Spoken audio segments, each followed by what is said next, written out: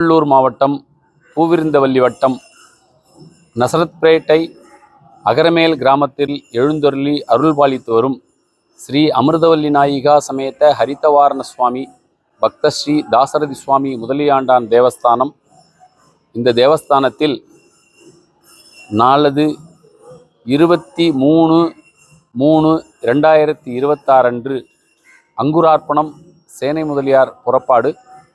அதனைத் தொடர்ந்து 24/3/2026 காலை 5 மணி முதல் 7:30 மணிக்குள் துவஜாரோகணம் நடைபெறும்.